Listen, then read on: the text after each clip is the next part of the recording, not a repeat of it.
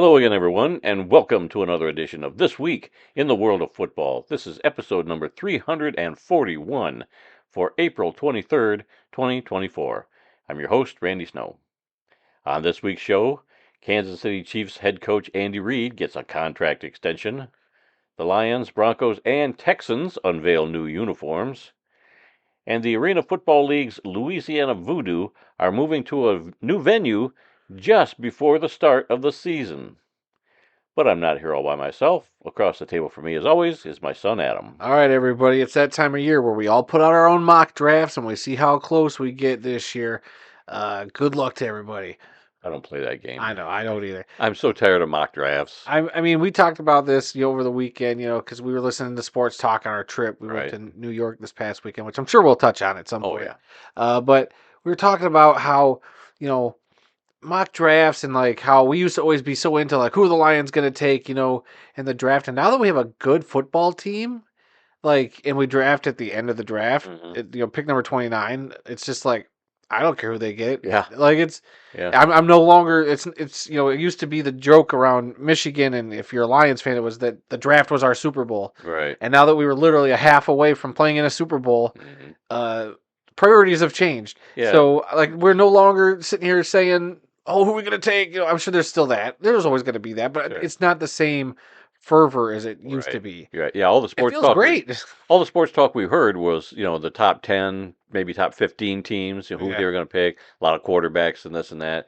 But for us now, having the number 29 pick, it's like we don't even have a first round pick. It may as well be a second. So I'd be happy if the GM wanted to just trade out back, trade back a few spots, drop down a few more, grab the guy they were going to get anyway, and grab another draft pick in the second round. That's how I think it's going to go. But with it being in Detroit this year, the draft, I feel like a lot of Lions fans are hoping that the Lions do something splashy. But because it's in Detroit, you gotta do something for the crowd. But I think Brad Holmes will do the opposite. He's going to do what's best for that football team, which he should. And I was going to ask you real quick. I was listening to some more sports talk today about the draft. The Bears, a Lions rival, have the number 1 overall pick. Right. Do we boo Caleb Williams when he gets drafted number 1 overall? Their suggestion, I can't even say that word right. Suggestion was that the Lions fans there should just chant Jared Goff during that whole bit. Well, that's true. That was the big thing that was happening at every Detroit sporting event, and you know what? It's the Bears' number 1 pick in our city. I wonder if we're going to hear some Jared Goff chants at that number 1 pick. I hadn't thought about that, but that's very true. I'm sure you will hear that chant every now and then. Sure. Oh, I bet you every pick you'll probably hear it. Anytime a quarterback goes or maybe when Goodell comes out on the stage, instead of they'll still boo him. Instead of booing him, they'll just start chanting Jared Goff. You know what? I hope that happens because the commissioners embrace the boos. Right. He's embraced that. That's kind of been part of the fun and tradition now with the draft. What a curveball that would be as he comes out to just Jared Goff chants instead of being booed. I wonder how he'd take that. That'd be great. Oh. He can't get the pick in because people are chanting Jared Goff. There you go. That's what I want. I want them to not be able to hear the picks because the Lions fans there are just chanting Jared Goff for 4 straight hours. That's going to be great. We shall see. All right, we come to you each week from the fabulous World of Football Man Cave, located right here in the center of the football world, Kalamazoo, Michigan. We're here to promote the game of football in all its many forms, past, present, and future. Our goal is to educate, inform, and entertain our listeners with the glorious buffet that is the world of football, all this while keeping a close eye on the rich history of the game. Thanks for checking out our podcast. We'd love to get your feedback on one of our many platforms: Apple Podcasts, SoundCloud, TuneIn, Spotify, iHeartRadio, and Amazon Music. So you can simply ask your Alexa device to play the World of Football podcast. We also have timestamps down in the descriptions of both the podcast and many of our YouTube videos, so you can go right to the topics you really want to listen to. You can also find our podcast in its full audio form on our YouTube channel. Just search The World of Football Kalamazoo or use the handle @The World of Football in the YouTube search bar. You will find many other selected videos on our YouTube channel, like an upcoming video we've got in the can of an interview we had with John Steffenhagen, who is the great-grandson of Leo Lyons, who was there the day the NFL was founded in Ralph Hayes' Hupmobile dealership in Canton, Ohio in 1920. Yeah. A fascinating story he's got to tell.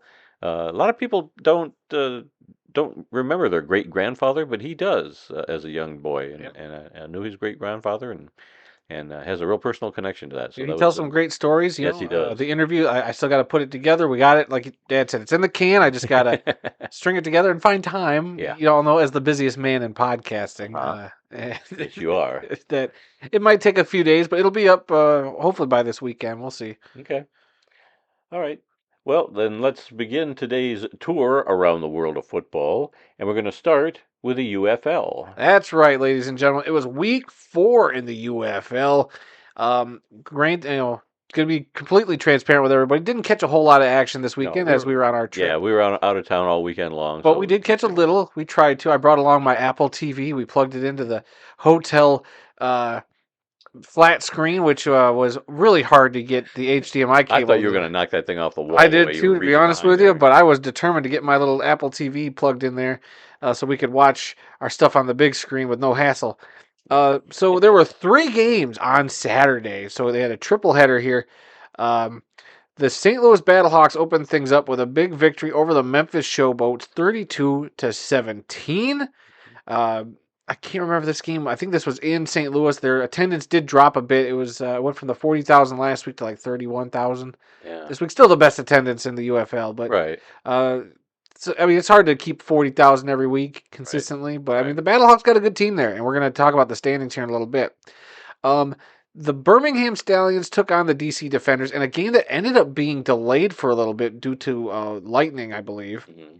But at the end of the day, the Birmingham Stallions came out on top 20-18 over the Defenders to remain undefeated. They are the only undefeated team in the UFL and continue looking like they are the best spring football team to ever play the game. That's a close score. That wasn't the one that had a last second field goal? I think was that it? was, yep. The Okay. Stallions ended up kicking on. That's right. Like a 46-yard field goal with about 3 seconds left Yep. in the game. So, hey, kudos to the Defenders for giving them a run for their money. Yep. These were 2 of the best teams last year in their respective leagues because the Stallions obviously won. The Defenders were the heavy favorite going into the XFL championship and lost, obviously. So Defenders with a little bit of a chip on their shoulder. So I wouldn't be shocked to see these 2 teams play each other again later on down the line. A game we did catch some of when we got back to our hotel room. The San Antonio Brahmas defeated the Michigan Panthers 19-9. This was a tough watch. The Michigan Panthers couldn't seem like they could get anything going. Yeah. EJ Perry just under duress all game long, eventually getting hurt. It was just, Couldn't complete a pass no, to anybody. they just looked. Whether it was off the mark or the receiver had it right in his hands and just dropped it. Just oh man, it was like you said, it was hard to watch. It was hard to watch. I mean, but kudos to the Brahmas for they had a great defense and they made a couple of offensive plays too. They obviously grabbed that lead, but yeah, that was a tough one for us Panthers fans. Mm-hmm. And then Sunday, the lone game saw the Houston Roughnecks defeat the Arlington Renegades 17-9. It's Houston's first win of the season, but that also means that Arlington will remain winless. As we take a look at the UFL standings, we start in the XFL conference, where the Brahmas and the Battlehawks sit atop that conference with 3-1 records, followed by the 2-2 Defenders, and then the 0-4 Arlington Renegades. In the USFL conference, we have the unbeaten defending USFL champion Birmingham Stallions sitting at 4-0. The Michigan Panthers in second place with a 2-2 record. The Memphis Showboats and Houston Roughnecks sitting at the bottom of the conference with 1-3 records.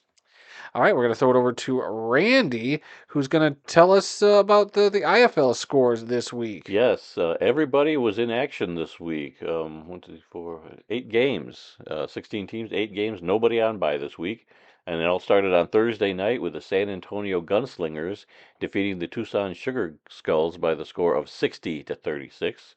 On Friday, it was the Green Bay Blizzard over the Sioux Falls Storm, 48-35. Saturday, we had 6 games across the country, and the first one was the Las Vegas, I think it's just Vegas. the Vegas Nighthawks. See, I got Vegas written, but every time I read that, I read Las Vegas. Yeah. The Vegas Nighthawks over the Jacksonville Sharks, 61-35. The Quad City Steamwheelers defeated the Massachusetts Pirates, 54-43.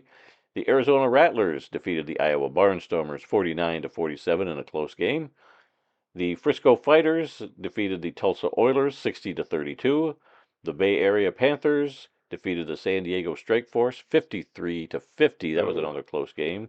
And finally, the Northern Arizona Wranglers defeated the Duke City Gladiators 39-32 in the IFL 39 stand. to 23. I'm sorry, 39-23. You're right. Yep. Let's see the IFL standings in the East.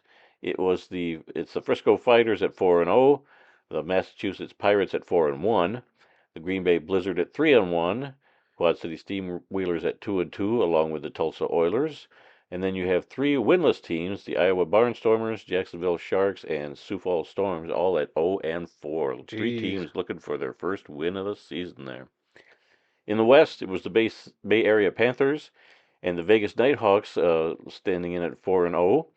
Northern Arizona Wranglers 3-1, San Diego Strikeforce 3-1, Arizona Rattlers 2-3, San Antonio Gunslingers 1-3, Tucson Sugar Skulls 1-3, and the Duke City Gladiators also looking for that first win at 0-4. All right, I guess I'm going to take over here. We're going to talk about the AIF, or American Indoor Football, as it is known. We had two scores from this past weekend. Friday night saw the Columbus Lions just throttle the Harrisburg Stampede 73-19. Why do the Columbus Lions even bother Yeah, in these leagues? They won big last week. They scored over 70 points, I yeah. believe, and they do it again this week. The next game, the Corpus Christi Tritons defeated the Far Phantoms 76-6. The Far Phantoms are a semi-pro team in something called the Texas United Football Association. They are using the old FXFL logo. I saw their logo when I was trying to figure out what league they were in, and it's the exact same logo, except instead of saying FXFL, it says TUFA. But yeah, Interesting. they stole that logo. Interesting. Just an interesting note there. So technically, only one AIF game this week with an exhibition. I would assume that Yes, game might yes, be. yes. And then on by the Cedar Rapids River Kings and the Amarillo Venom. That brings us to your AIF standings here. The Columbus Lions sitting at 3-0. The Corpus Christi Tritons at 3-0. The Harrisburg Stampede at 1-1. Cedar Rapids River Kings at 0-2, and the Amarillo Venom at 0-3. Now we're going to move on to the National Arena League. This was week 6 for them. Two games on Friday night. The first game was the Omaha Beef over the Idaho Northmen, 63-14. And the other game, it was the Colorado Spartans over the Carolina Cobras, 55-38. There was supposed to be another game on Sunday, an exhibition game between the Oklahoma Flying Aces and a team called the Oklahoma Bears. This was a semi-pro team in something called the Four States Football League, which I had never ever heard of. I had to do some digging to even find out who they were and what league they were in. But that game was canceled. I forget the reason. Oh, something. I think they had ECHL hockey team that was in that whole home field advantage. Oh, I okay. think that was one of the. I don't know. There was some story about a team having to move There a was game. something about a ownership change on one of the teams. Um, that could also be. Man, I don't remember all the details, and I don't have it There's been written a couple down. of things in these indoor Right, leagues that it yeah. was kind of. But needless to say, this exhibition game against the Oklahoma Bears did get canceled. So I don't know if they're going to reschedule that or what. But on by were the Sioux City Bandits in the NAL. And so now looking at the standings, the Omaha Beef and the Sioux City Bandits stand at the top at 3-0. Then it's followed by the Carolina Cobras at 3-2. The Colorado Spartans at 1-3. Oklahoma Flying Aces are at 0-2, and the Idaho Northmen are at 0-3 on the season. All right, and that takes us now to the LFA, or La Liga de Fútbol Americano Profesional. I love it when you try to speak Spanish. You clearly could tell that I did not pass Spanish classes in high school. Well, I mean, I passed, but I wasn't great in it. Yeah. And I definitely didn't do great in college when I tried to do Spanish classes. But anyway, we're here to talk football. There's 4 games this weekend. The first of which saw the Raptors defeat the Black Roosters 25-14. You love that name, don't you? I like that, dude. That's The probably Black my favorite. Roosters. Yeah, I like that one a lot. The Leaders defeated the Melters 36-34 in a close game. That might be worth going back and rewatching. The Bosses shut out the Kings 28-0, and then the Greyhounds defeated the Dinos 32-20, and on bye, the Mexicans on bye The LFA standings for you. The leaders lead the league with a 5-0 record. The Mexicans are at 4-2. The Black Roosters at 3-2, along with the Raptors and Melters. All three of those teams 3-2. The Dinos at 2-4. The Greyhounds at 2-4. The Bosses at 1-3, and the Kings at 1-5. So Go Black Roosters. yeah, I'm rooting for them. I'm kind of in the middle of the pack right now, but we'll see how that shapes out. All right. All right. Let's move on to some news. It was just starting the NFL. The Lions, the Broncos, and the Texans all unveiled new uniforms. Now, we talked a lot about the Lions' new uniforms the other day. No, we didn't because they Well, yes, when we were in Buffalo, New Yeah, I York, was gonna say. listened to a lot of it. Since we last recorded, we have not spoken about these Lions. Not on air here, no. But boy, we have talked about it a lot. I like I like the regular uniform, the regular blue and white uniform. I like the road jerseys and helmets. They brought back your blue face mask that Yep, you've been that saying was for a one long thing. time. You know what? There's always a give and take when it comes to life, and I got my blue face mask, but unfortunately, they gave us the black uniforms Yeah. that I was really dreading that they'd do, Yep. and And what was the story behind that? About well, the black uniforms? we went with the story behind it. Who cares what the story is? I don't care about it. That Dan Campbell wanted. Oh, that story. Yeah, that story. Oh, see, that's why notes are important, kids, and he didn't put those notes in here. So yeah, supposedly Dan Campbell wanted to bring back the black uniforms, and Lions president Rod Wood said, "Hey, if you win the division, we'll bring them back." And well, guess what? We won the division, and here we are with some black uniforms. Now, look, I am a little disappointed that the alternate blue helmet we had from last season with the 50s Lions logo on it is gone. They kind of kept that same shell. It looks like maybe it's a darker shell, but they slapped a black Lions logo on it in different stripes, black face mask, a black uniform with blue number. Look, I know a lot of people think it's cool. It's just not my thing. No. I just don't think it looks good, but I will give it the caveat of it is an upgrade from the all gray onesies they were wearing the last several years. Those things. And I will wait to see it in action on game day. Whatever game they decide to wear, I will wait till then to see how it looks. Because as much as I like that blue helmet, I was kind of skeptical of how it would look on the field, and it looked great on the field. So I will give it that chance whenever that game rolls around. Well, they said they can wear it up to 3 times, and they're probably going to wear them 3 times. So I'm going to guarantee you it'll at least be for a Thursday or a Monday night game or a Sunday night game. They have their throwback uniforms still, the ones with the no logo on the helmet. Right, yeah. So those got to be reserved for Thanksgiving. So I'm hoping they don't pull out the black uniforms for Thanksgiving. But I'm guessing a Thursday night or a special game, or if they go to Germany, which I'm suspecting they might end up doing. I don't know if they will. I don't know. I don't know. I hadn't thought about that. But because Amon-Ra St. Brown did some NFL Germany promotion, so that's what's making me think maybe the Lions are going to Germany because he speaks German. His mother's German. Yeah, he speaks like 4 different languages. Yes, he does. So that's what made me think that. So maybe they'll rock it for that. Look, overall, I love the Lions uniforms. We'll have to eventually, I want to do a jersey ranking or like a uniform ranking at some point, but we don't have to. And then the other teams to do it, because we could talk about the Lions uniforms all the live long day. The Broncos released their new uniforms. I was curious to see what they would do with these.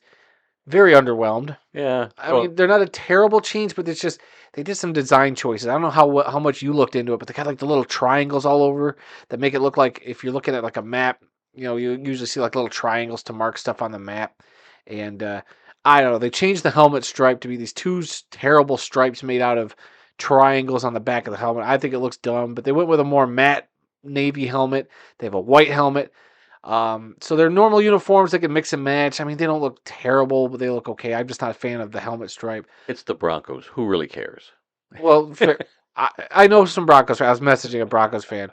But my big takeaway and the big win for these Bronco uniforms is bringing back that classic Broncos uniform with the D, that brighter blue, that brighter orange. They're bringing that look back, and I think that's awesome. Yeah. I think that was the big win from that uniform combination. And then we had the Texans today who released their set of uniforms, and boy, oh boy, what a mixed bag this thing ended up being. I was showing you pictures because you really hadn't seen them. So the Texans are going to have 4 different like uniform styles. One, they tweaked their home uniforms, which look fine. They got rid of the stripe and they added the Texans patch to the shoulders, which is cool. The home and road jerseys look okay, and then the other 2 are. Those aren't big departures. I mean, other than adding like the horns as the stripe on the white jerseys, which look fine. I think the home and away look great. Great Mm, looks. yeah. But then you get to their alternate, so they changed their red alternate helmet to just be the horns on the helmet, Mm. which is okay, I guess. But then the whole uniform is just a red version of their road uniforms, it looks like. It's like a color rush Kind of, uniform, yeah. So all red head to I don't toe. hate it, but I don't love it, you know. Yeah. But then you get to their H-Town uniforms, whatever they're calling them. Yeah. These ugly, they have a weird English style D on the helmet. I mean H. Sorry, English style H. We're used to the old English D because of the Yeah. Tigers, Right. but they got that on the helmet. They got different colored Texans logos on the shoulders. It's just they look like they're trying to be the Tennessee Titans. Yeah, it looked like those old, really dark blue Tennessee Titans helmets. Yeah. It looks like they took that helmet, slapped a letter H on it that looks like it's an old English letter, and it doesn't work for me. I'm Yeah, sorry. I'm not a fan of it. I'm hoping when the line, because I think Detroit is going to Houston. If I got my thing here correctly, because I'm going to be buying mini helmets of all the teams the Lions play this year. Mm. So I was like, oh crap! If we go to Houston, Just go with the standard helmets. nope. You know me, I'm extra like that. Yeah, we're going to Houston, which means it could be any one of those three helmets they got, Dad. I don't know what one it's going to be, but And you won't know. and I won't know, so I'm gonna have to It's hedge like my playing bets. against Oregon. You never know who's coming out of that tunnel. Yeah, really. But so overall, if I had to rank the current uniforms that they've released so far, Lions, Broncos, Texans, and don't forget the Jets who did their redesign right before last week. Hardly any change at all. I think So minute. it's got to go Detroit, got to go Jets, Broncos, and then Texans. I think Probably. would probably be my overall, just because I don't know. I just not a fan of that alternate Yeah. H Town Yeah, jersey some the of these Texans. alternate helmets, they're just there to sell jerseys to Yeah. people because a certain amount of people will love anything they throw out there and will buy anything.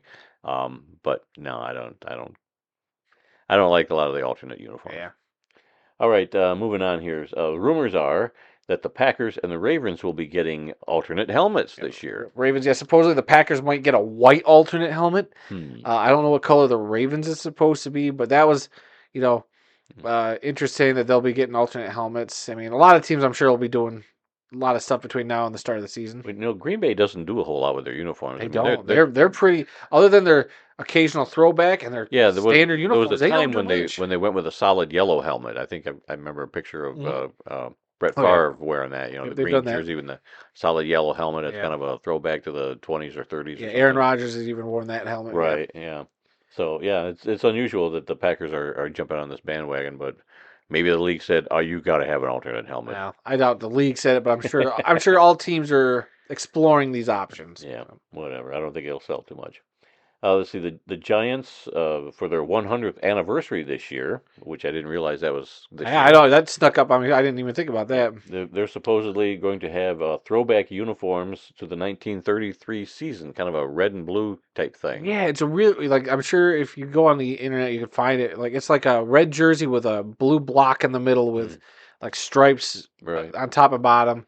So we'll see how modern they'll make those uniforms, if they're real or not. The Twitter account that's been posting a lot of these leaked stuff has been pretty accurate so far. So I'm sure we'll hear something about that this offseason, with it being the Giants' 100th anniversary, which also means probably a 100th anniversary patch. Right. Because we just had the Bears a few years ago hit their 100th anniversary. Will it just Yeah. be the same thing, or as the second team to have the 100th anniversary? Well, them and the Packers, so that'll be the third team to have the 100th anniversary Yeah. coming up. And what is it? Jacksonville's got their 30th Jacksonville anniversary. and Carolina. I've not heard a thing about Carolina celebrating their 30th anniversary. Not a darn thing. They came into the league at the same time. Yep. So we'll Jacksonville see. and Carolina. Hey, we still got a few months. I mean, it's April. Come on, we got till September. I'm sure Whatever. behind the scenes they're working on a bunch of that stuff. All right, and then speaking of the Jets, they traded quarterback Zach Wilson to Denver.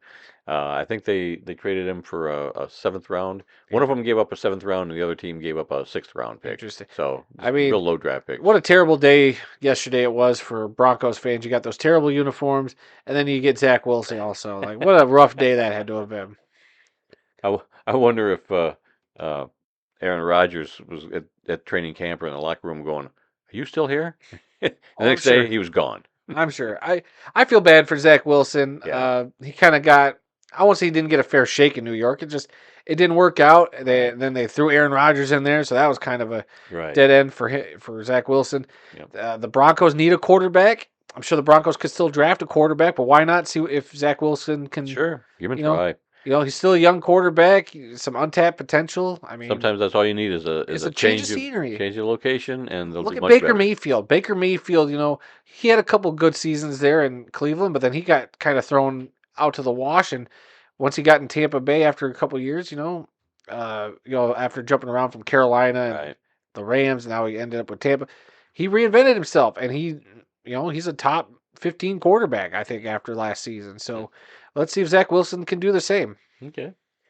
Former Atlanta Falcons and Indianapolis Colts quarterback Matt Ryan has officially retired as a Falcon after 15 years that included 4 Pro Bowls, the 2016 NFL MVP award, and an appearance in Super Bowl 51, famous for the blown 28-3 lead that they had in that Yeah, game. oof. He spent 14 of those seasons with the Falcons and 1 with the Colts before being a broadcaster with CBS last season. Uh, is he a Hall of Famer? I don't think so. Man, that's the big question. Kudos on him retiring. 15 years is nothing to sneeze at. Well, the only thing I know about Matt Ryan is that, what is it, 15, 16 years ago during his rookie season, Yep, the very his first first game game against down in Detroit. Atlanta, the Lions were the road team, and he comes out on his very first play and throws, what, about a 60, 70 It was yard a bomb. touchdown pass. It There's was a a bomb. Yep. long pass, a run. That's all I remember. I couldn't tell you anything about his career after that one play. So to me, he's not a Hall of Famer, I I don't think. I think had that Super Bowl gone the Falcons' way, and he got that ring, Possibly, yes. having a Super Bowl ring, being a league MVP, and all those Pro Bowls, I think he would have been a lock. Yeah. Right now, I would say he's a fringe Pro Bowler. I mean, he put up some numbers, he put up the stats, that you would want out of a quarterback. But the Hall of Fame is becoming oversaturated with players that I think that were they were good and they put up numbers in an era that numbers are pretty easy to come by. But did he have the hardware? I think a lot of times people are looking for the hardware. Hmm. Um, I think Matthew Stafford was in the same position until he won a Super Bowl. Stafford doesn't have the MVP award. Matt Ryan's got that, but winning that Super Bowl, leading a team to a Super Bowl, Hmm. is a big achievement. Hmm. And if it came down to those two, who are you putting in the Hall of Fame? You're probably putting in Matt Stafford because he got the Super Bowl ring. Hmm. No, nothing against Matt Ryan. He got that team to a Super Bowl. They were up 28-3. Yeah. They just didn't finish it. They didn't win the game, and Yeah. I don't think blowing the lead's on him. So I don't know. He's a fringe Hall of Famer. He'll probably end up getting in because that's what sports writers do. The best quarterback probably in Falcons history. I don't know if that's how he'll be viewed. But I think it is cool that he came back to Atlanta to retire as a Falcon this offseason. Right. So I don't know. We'll see. Like he's one of those players that I could see the argument for and against him getting in the Hall of Fame. Okay. Let's see. I just read this a little while ago. Good Morning Football is going to be coming back for draft coverage this Thursday, Friday, and Saturday. Peter Schrager, Kyle Brandt, Jason McCourty, Jane Slater, and Tom Pelissero will be the ones on that broadcast. I guess they're all in a camper going from New York to California, and they're making the stop in Detroit to do the draft. Then they're going to continue their journey on out to California. Interesting. I'm joking. Oh, okay. That's I was like, that's I a haven't been joke. following this. Like, what No. a terrible joke. No. But yeah, they're coming back for 3 days to talk about the draft, and then it'll be off again for another month or two, and then it'll come back June or July, I think. Yeah. I can't remember. Whenever training camp's probably One of gonna those go months that starts with a J, and then they'll be coming in from Los Angeles. there's 3 of those every year, just so you know. Months that start with J. Oh well, June or July. It was one of those two. I just can't remember. And finally, in NFL news, Kansas City head coach Andy Reid gets a contract extension through the year 2029. He's 66 years old right now, and according to the article I read, he is now the highest paid coach in the NFL, but it didn't say how much he was going to be making. Well, yeah, that's just tacky, letting everybody know how much a coach makes.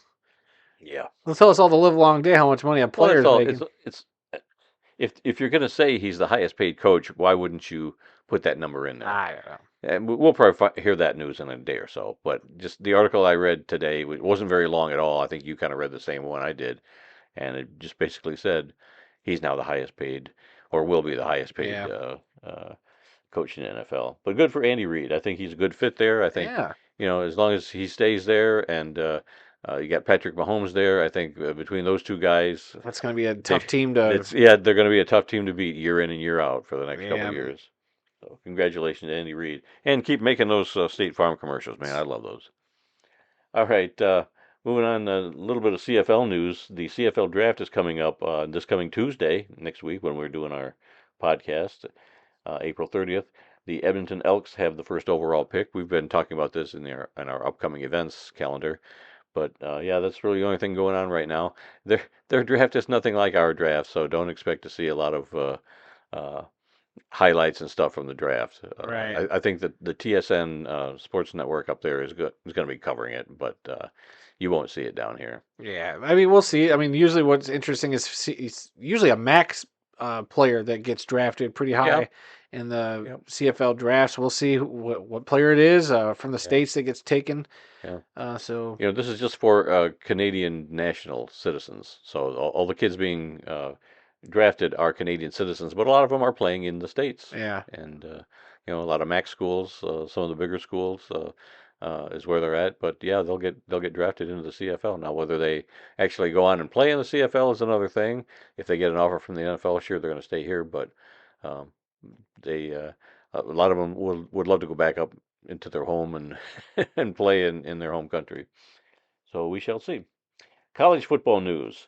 Jim Harbaugh gets a tattoo with the letter M with the record 15-0 underneath it. Did Yep. you see that video? I did see that It video. looks too rudimentary. There's nothing It does look flashy about it. cheap. Just an M, 15-0. That's it. Like it's All not it even is. like a nice looking block M. Yeah. It's just a basic Yep. blue block M, and Yep. man, you couldn't even pay for an outline like or a little bit of yellow, Jim. I mean, come on, man, you're making that NFL money now. I mean, but I mean, then they also did their because he came back for their ring ceremony, and do you see how many rings these guys got? They got a ring at least for the Big Ten championship. They got a ring for the Rose Bowl, and then they got a ring for being, you know, national champions. And they might have gotten a fourth ring, and I can't even figure out what the fourth ring was for.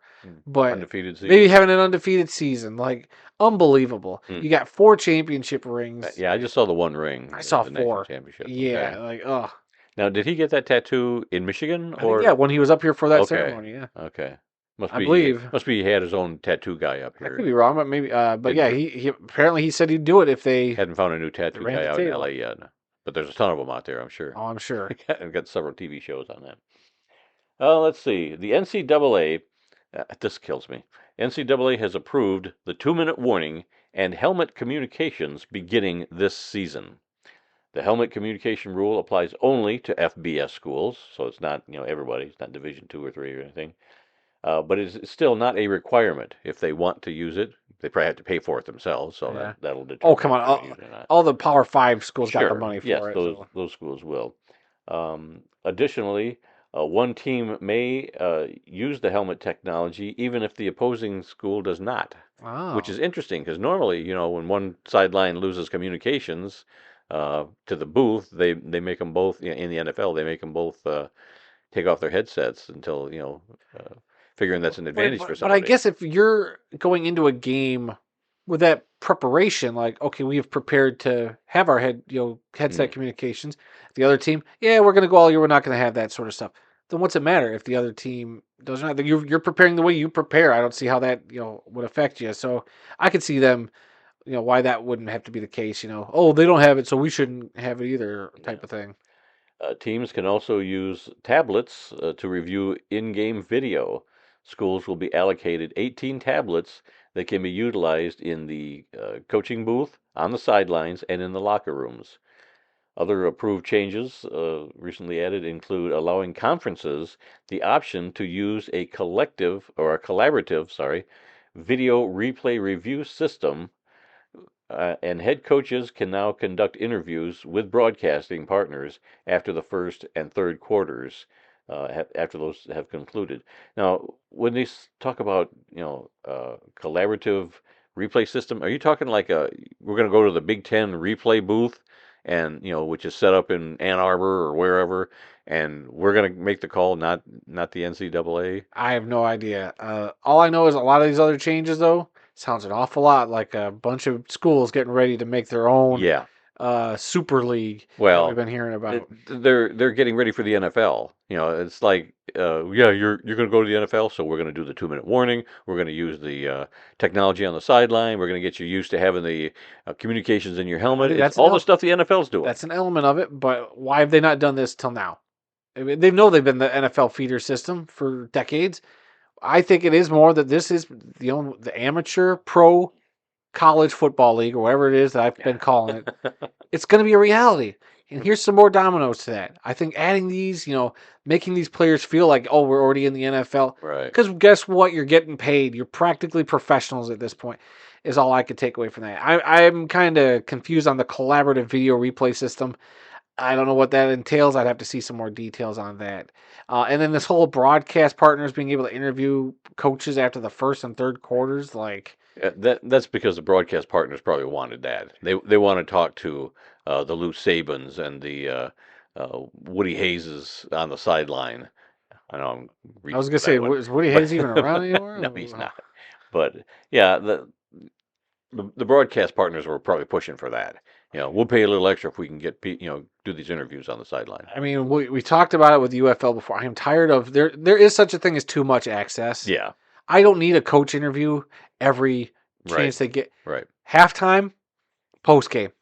That's all I need from the coach. Yeah, And the UFL's been great about like miking up coaches and like we got to hear them coaching up players and blah blah blah and hearing some strategy. That's interesting. You can't really. I don't know if you could do that for college football, but like it sounds like what they're trying to do is get a microphone in their faces. The first quarter. How's it's one quarter. Let's settle down, guy. Like I don't know. I think there is too much access, and as a story we're going to hit here in a couple of notes. There's just too much. It's just too much access and just too much being made out of little stuff. yeah. The Division Three wants to expand their football playoffs from 32 teams to 40 teams. And it looks like that's going to happen, but I'm not sure if that's going to be this year or not. I mean, They put in a request to expand their playoffs, add 6 more teams, and it looks like the NCAA is in favor of it, but it hasn't been officially approved yet. So right. not sure if that's going to be start with this year's playoffs or not in Division Three football. Yeah. Um, and then lastly, Arch Manning threw for 355 yards and 3 touchdowns in the Texas spring game. This is getting so much traction. Ugh.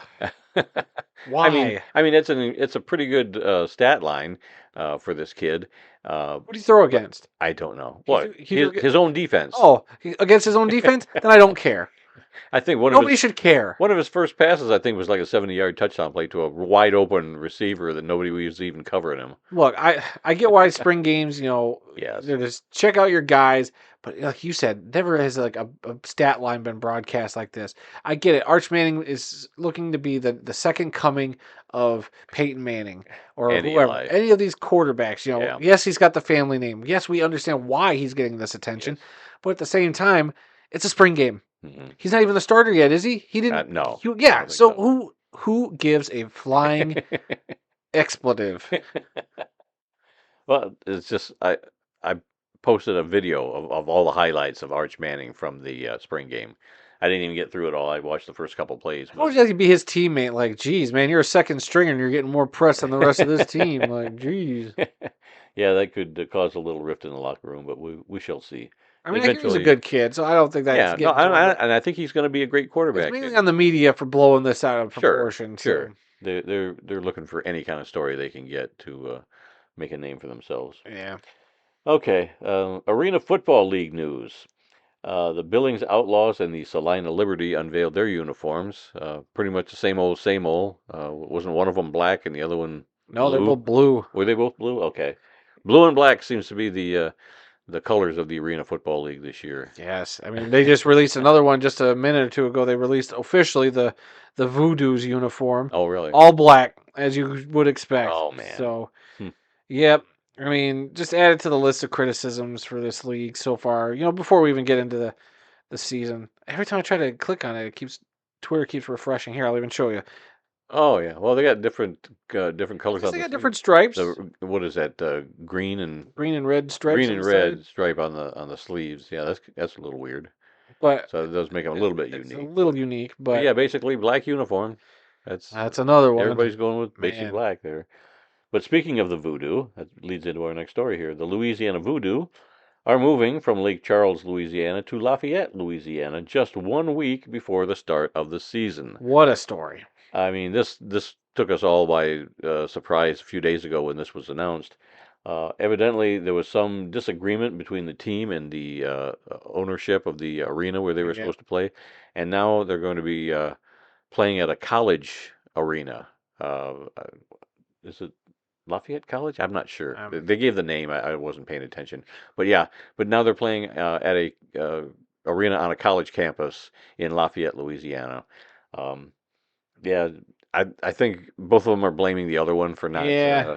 You read one, and the arena team says they were difficult to work with. We couldn't come to agreement with them, And and the Arena League was the supposed arena to was put out a blaming them. statement, Yeah, but they don't. As far as I know, they didn't actually put out a statement when they I've said not they were going. seen one. Where, because the question was, what about the people who bought tickets Yeah, already for the old venue? Like, are right. they getting refunded? Yeah, Like, how's that going to work? And well, I I'm haven't sure they heard it. will be. I'm sure, but I haven't heard anything about that.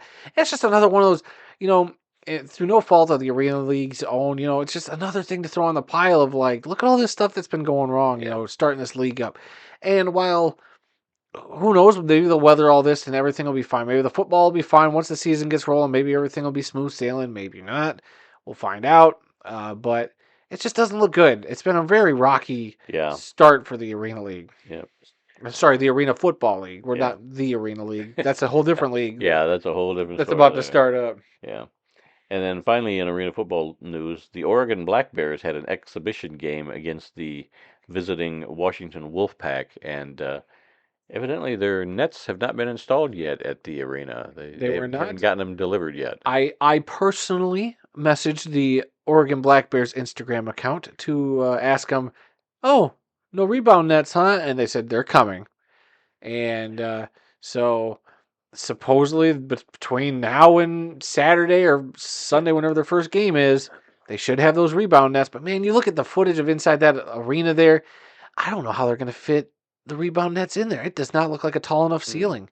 A lot of the stuff I've read from people that have been at the game or say they were at the game, I'll take it with a grain of salt. Say that kickoffs were hitting almost hitting the ceiling. Like Hmm. I don't see how they could get proper kickoffs done in Yeah. this arena. So Hmm. I don't know. Again, added it to the pile of stuff for this arena football league. Yeah. We're hoping for the best. We've got our fingers crossed that everything will work out well for the Arena Football League. We love the Arena Football League, or we've loved it in the past. We want it to succeed. But boy, oh boy, there's just been so many issues getting things up and running.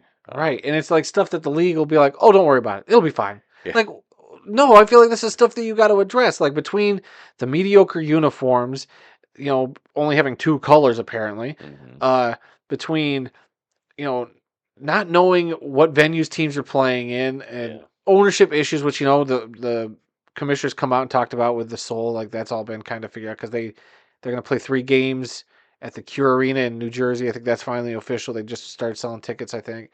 But it's just like, man, what a mess. I get that it's a startup, essentially. But man, you think they would have had more of their ducks in a row before deciding to even kick off. Maybe they needed an extra year. Yeah, I don't I know. I don't know. But yeah, we love the Arena League so much. Any criticisms we make is just out of we just want it to work. Right, And it's frustrating that right. it's like stuff that you would think that they would have taken care of and it's not. Yeah, You know. Well, we're hoping for the best. We'll see. Kickoff is this weekend. yep. After the NFL draft. Yeah, maybe the Black Bears have an away game. Nope, it's home. Is it It's at really? that arena. Yep. Okay, I did not know that. Yep. I thought. There's and they're playing the Wolfpack, so Mm, it's the same two teams. okay. Wow. So, Okay, fingers crossed there. oh yeah, well, this will be an interesting weekend to say the least. It could be a total train wreck. Yeah, well, I hope I not. hope not either, but we'll see. Okay, you and I went to Springville, New York, just south of Buffalo, over the weekend for the eighth annual Western New York chapter of the Pro Football Research Association gathering over there. Try Uh, saying that 5 times yeah, fast. and once again, Jeff Miller, who's in charge of this, he's the guy from Springville. That's where he lives, and he puts this on every year, and every year it keeps getting better and better. He Yeah. does a fantastic job organizing this, bringing in speakers, selecting the venue and all this. And what was about, I think I counted like about 30, 35 guys there, Yeah, guys he and said it was ladies. their biggest crowd. I thought last Yeah, year had more, but he said yeah, this year was their biggest crowd. yeah. So The Pro Football Researchers Association has a national convention every other year. And we went down to Pittsburgh last year. I don't remember how many people were there, yeah, but this is just a regional chapter. But the Western New York chapter, I think you said it best. They're the gold standard of yeah, the local chapters that meet every year or yeah. meet every so often, and it's all due to Jeff Miller and his work. But he had a pretty big lineup of guys. He brought in George Bazika, the president of the Pro Football Researchers Association. He's from Canton. He came over for that, and he comes over every year to give kind of a state of the PFRA. Talked about how there's like over 600 members worldwide to the organization now. He talked about how our national convention next year in 2025 is going to be in Minneapolis. That was kind of exciting. I hadn't heard that. I know they were talking about a couple of different cities. Still take it with a grain of salt because it's not finalized. Well, I'm pretty sure if George announced it, he's certain that it's going to be there in Minneapolis. But yeah, he talked about the book that we've been writing about the Buffalo Bills. What is it, 64 Bills, I think. Um, that's going to be coming out about a year from now. So I was hoping it was going to come out this fall, but it's been delayed a little bit. But I always enjoy those books where members of the PFRA actually write the chapters. They do profiles of every player on a particular team, all the coaching staff, some of the media people that covered the team and all that, and all the games are profiled and everything.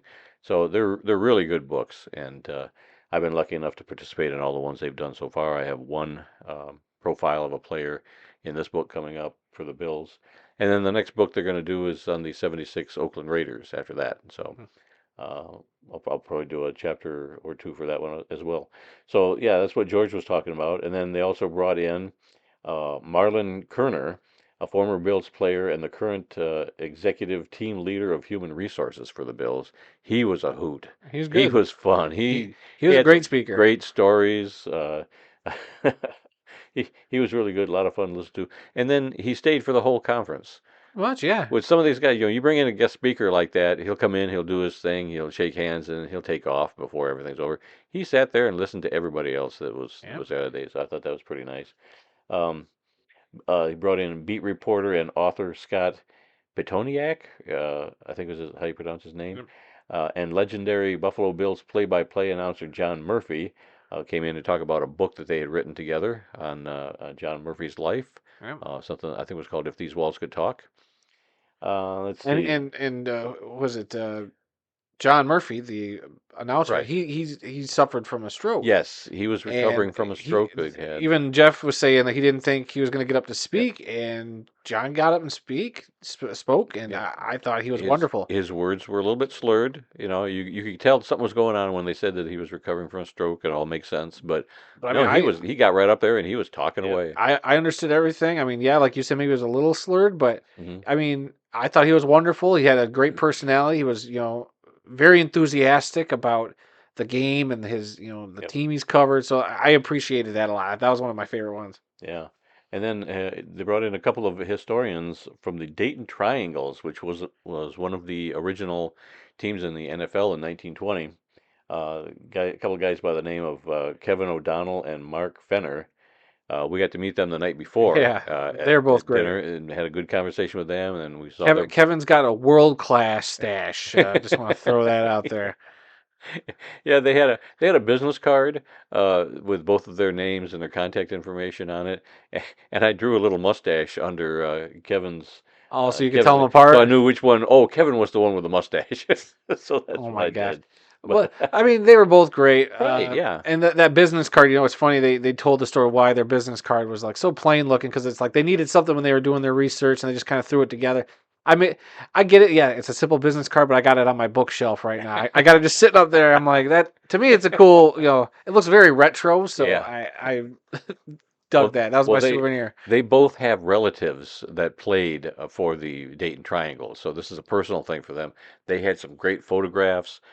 They've gotten a lot of newspaper clippings and stuff from people that had it in, Oh, they had a treasure trove of stashed in an just. attic or Oh something, yeah. and they've got all this stuff now, and it's amazing what they've discovered. And so, congratulations, Jeff, for bringing these two guys in, and hopefully, And you mentioned last week one of our stories was the Triangle Park documentary being yes, on Amazon yes, on August 1st. These two were in the movie. yep, they made an appearance. They made an appearance, and they were also instrumental in a lot of the research that went into the Dayton Triangle aspect of that film. Having not seen it, but Yep, you told me, that yep, the Dayton Triangle stuff in the film is, obviously the film's called Triangle Park, so that stuff was good. You said there was some stuff in it that yeah.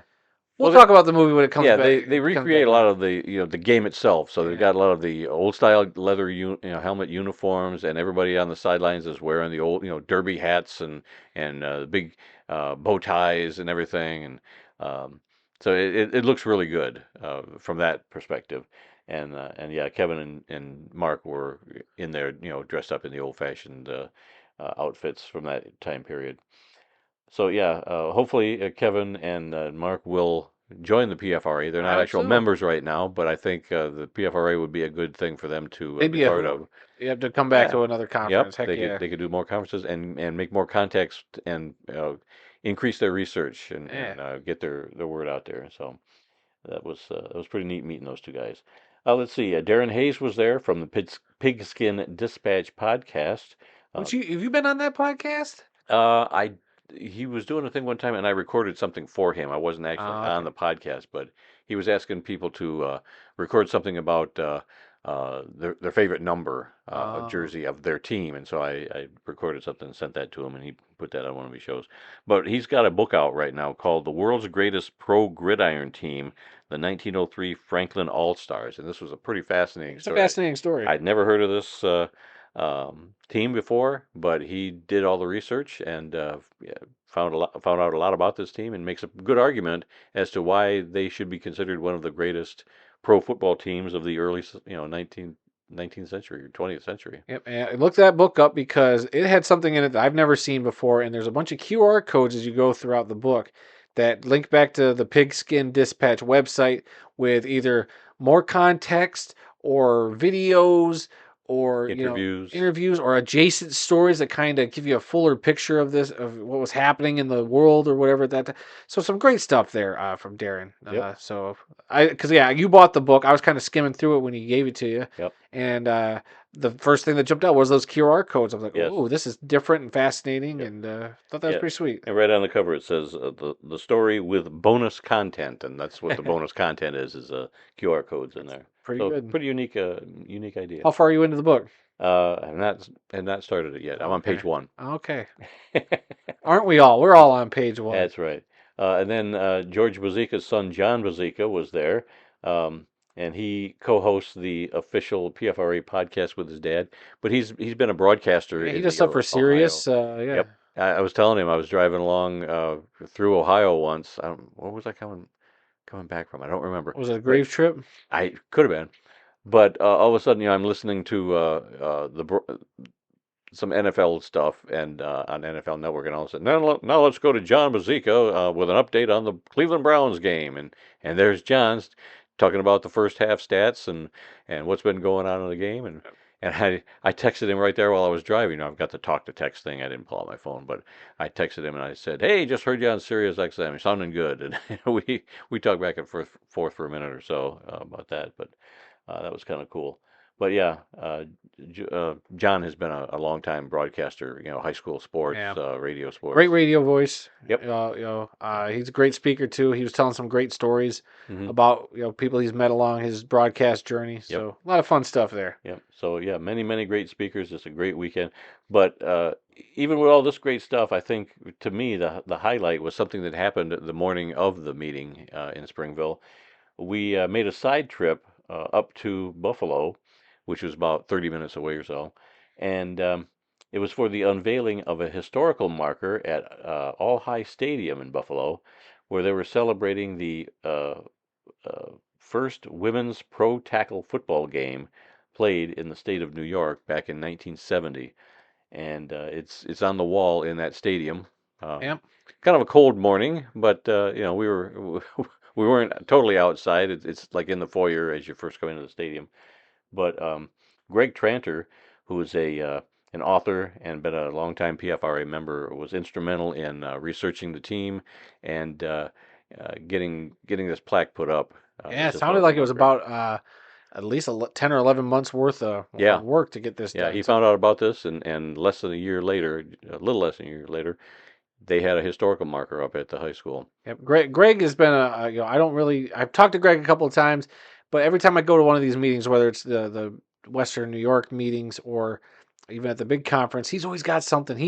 He has got his fingers in so many different projects that he puts me to shame. Randy always makes fun of me for doing too much. Uh-huh. Greg Tranter, I mean, does so much great stuff, and then important stuff. Look, he just got a plaque. He's actually out there getting stuff Hmm. recognized Yep. so that it's not lost to history. Right. That it just, I don't know. He's one of those guys that if you get a chance to pick his brain, do it, because this guy is just, out there doing great, the great football lord's work out there. Well, a lot of the stuff that he's done in the past has all been around the Buffalo Bills. Um, he had a book about a lot of their memorabilia and stuff over the years, and he's done many things about the Buffalo Bills. But he also has a book coming out about the Providence Steamroller Yep. team, He gave and that speech last year at the yep, convention. It was great. and he's involved in getting this historical marker on a women's pro football team. So he's he's everywhere. So we went up to support him because Yep. he'd put out a thing. I think he put it in a group chat or something that he was going to be there doing this thing, and that was at 10 o'clock in the morning in Buffalo, and then the other thing in Springville kicked off at noon. So we were able to shoot up there, see the presentation. It was you and I and Mike Barksdale and Gary Cobb, another PFRA member.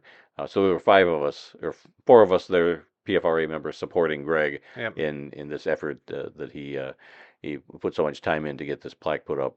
So yeah, it was a really fun morning. One of the ladies that was on the team actually spoke. She was pretty cool. She told a great story about how she broke her leg before the game. So technically wasn't even in that game. Right, She was a part of that team. right. So she told that story, which was a fun story. And you're kind of like, oh, that's a bummer that you weren't part of that first game. But she was still, all giddy about She it, like she played the next few years, that but her that team, that was first year she broke her recognized leg in for it. training Yeah. camp. Yep. And she played under an assumed name because she didn't want her family to know that she was out there playing tackle football. So it was just a lot of fun. So I'm glad we went up and did that. That Yeah. was a really unique experience for all of us. All right, let's move on to today's birthdays. For April 23rd, quarterback Joe Ferguson turned 74 years old today. He played his college football at Arkansas, was selected in the third round of the 1973 NFL Draft by the Buffalo Bills. He played 17 NFL seasons. He was with the Bills from 73 to 84. He was with the Detroit Lions from 85 to 86, Tampa Bay Buccaneers from 88 to 89, and the Indianapolis Colts in 1990, just one season. But then he finished his career in 1995 playing for the CFL's San Antonio Texans. And I do remember Joe Ferguson playing with Detroit because he was a good quarterback in our run and shoot offense we had going on back then. But yeah, everybody associates him with the Buffalo Bills because he was there for so long. Okay, obituaries. We have a couple of them this week. This is where we take a moment and honor those who've made the world of football a better place. The first one was Roman Gabriel, a quarterback in the NFL for 16 seasons, has passed away at the age of 83. Gabriel played college football at North Carolina State and was the second overall pick in the 1962 NFL Draft by the Los Angeles Rams. He was also the first overall pick in the 1962 American Football League Draft by the Oakland Raiders. He signed with the Rams and played for the team from 1962 to 1972. He was named the NFL MVP in 1969. He also played for the Philadelphia Eagles from 1973 to 1977. Our next obituary is that of Steve Tobin, a center in the NFL and the USFL, has passed away at the age of 67.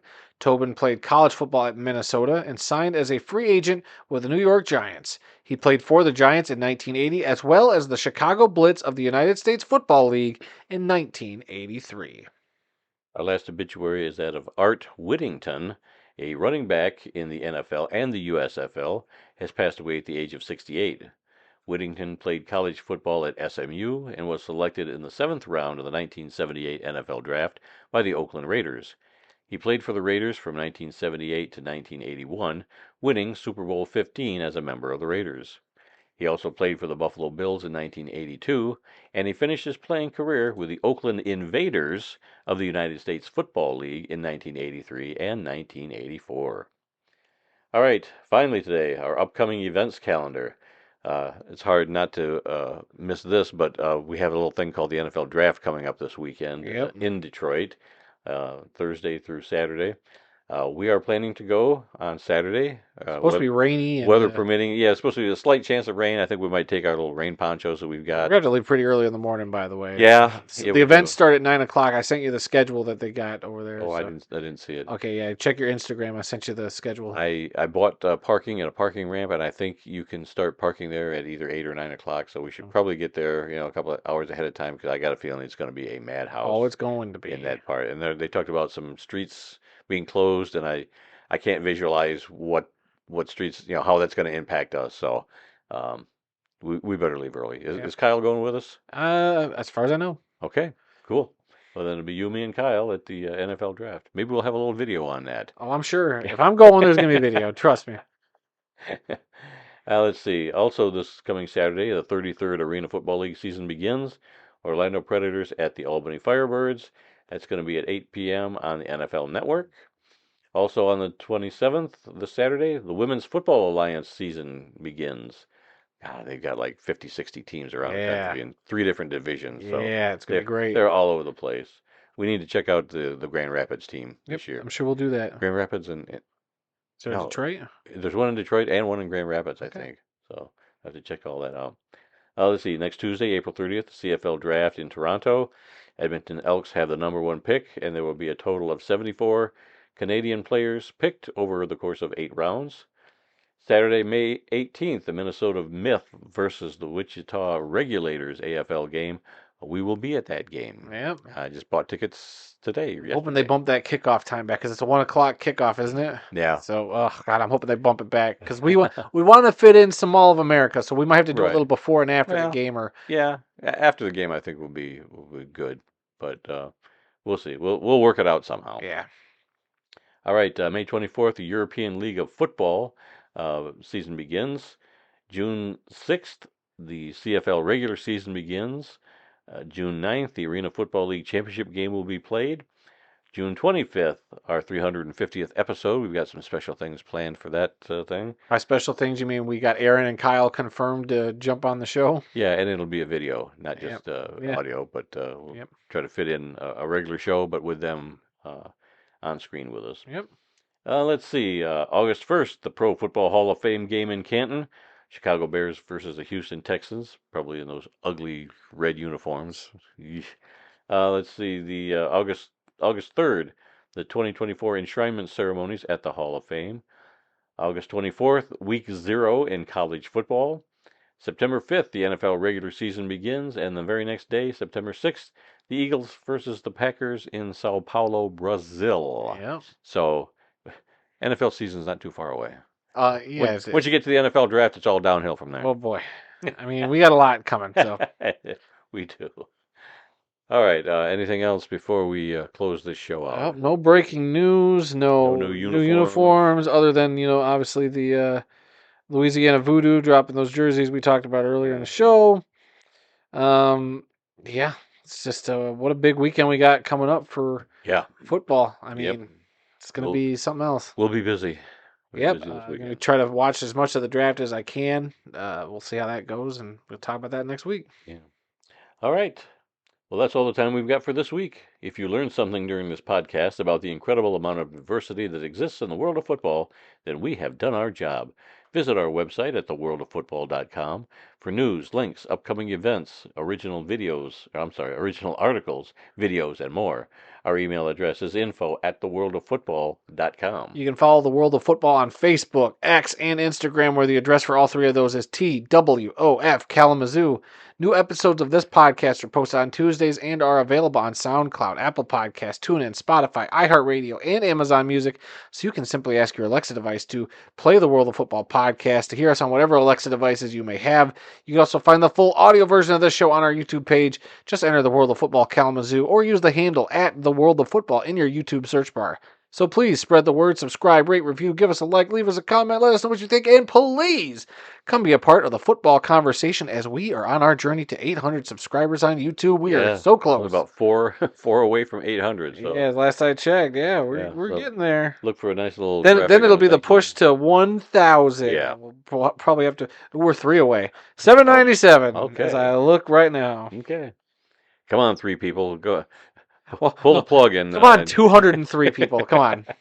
Well, let's get the 3 first. Okay, and then 3 first, then the we'll other beg 200. for more after that. And remember, folks, some people may love football more than we do, but nobody, and I mean nobody, loves more football than the 2 of us sitting here in Kalamazoo. Until next time, when we'll try and do a better job. Yeah, right.